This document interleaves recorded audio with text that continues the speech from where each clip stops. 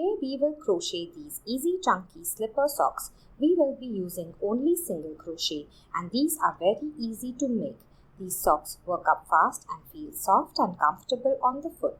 This is a step-by-step beginner-friendly tutorial. Hello and welcome to Let's All Crochet. Thank you for clicking on this video. If you are new, please consider subscribing for weekly new tutorials. To crochet these chunky slipper socks, we are going to need the following material. 2 colors of super chunky or chenille or blanket yarn. So I'm using 200 grams of white and 100 grams of the second color, which is blue for me. This is 100% acrylic yarn. You can use any yarn that you want. So we're also going to need a 9mm crochet hook or any hook suitable for your yarn. We will need a measuring tape, stitch markers, scissors. Now let's begin. Make a slip knot any way you want. Now this is how I make it. Take the tail end and loop it over the working end. Then take the tail end and go below this loop to form a pretzel shape. We're going to catch the second loop in our crochet hook and pull it out carefully. Now tug on the tail end to tighten the knot. Chain 2. So yarn over and pull through once, yarn over and pull through twice. So now in this first chain that we made, we are going to make 8 single crochet.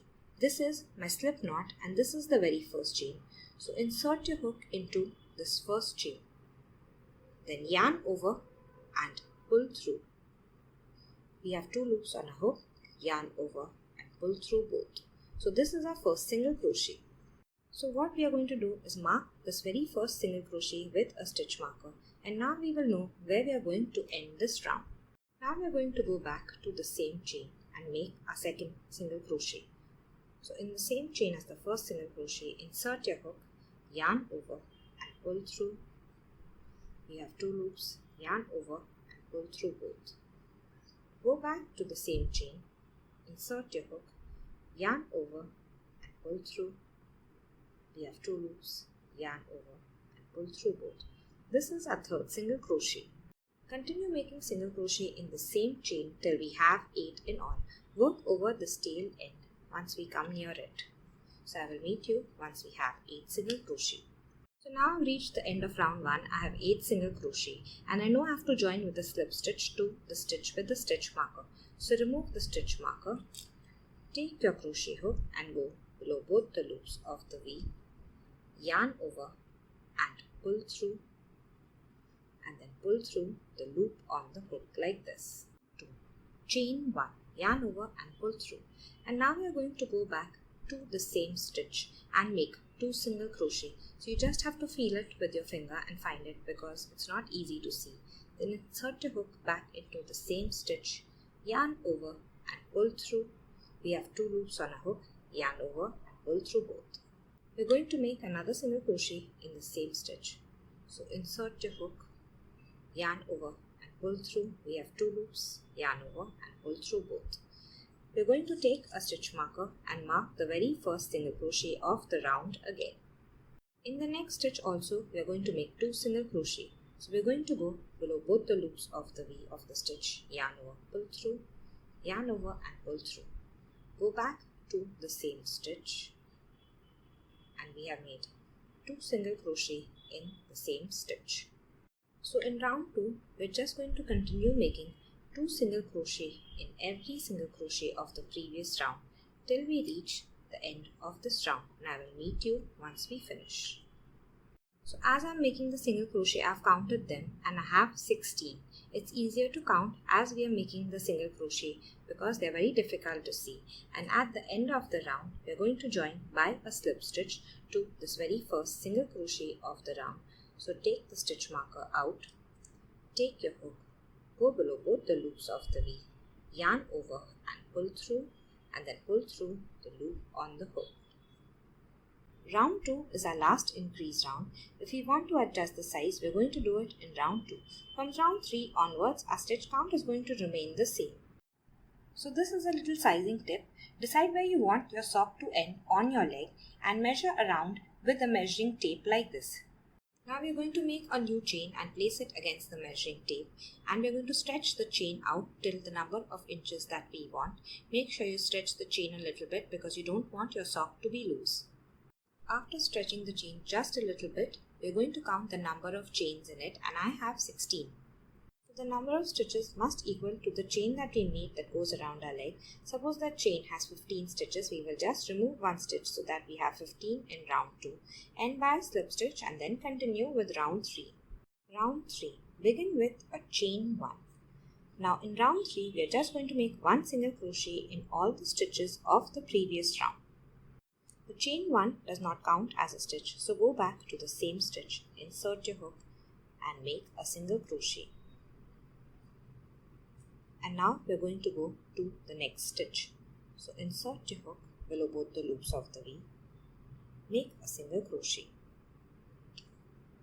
Once we make a few rounds, it becomes easier to recognize the stitches. So this is the V of the stitch, this is the next stitch, this is the next stitch, this is the next stitch, and so on.